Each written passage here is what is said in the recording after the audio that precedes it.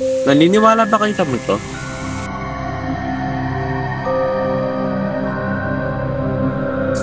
Tungkol kay Umbra, alam niyo bang totoong tao talaga siya?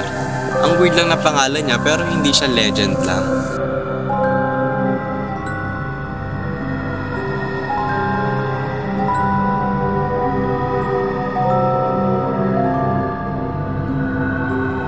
Saan mo naman narinig yan? Story maker ka talaga.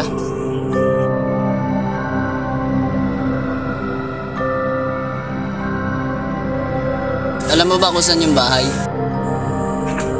Kung totoong namatay si Umbra, paano nakasulat sa diary na to yung pagkamatay niya? Sa may gutot ko dito, hindi na kaya tayong tumuloy. Pag mo naman, titignan lang naman natin yung loob ng bahay, alis din tayo agad.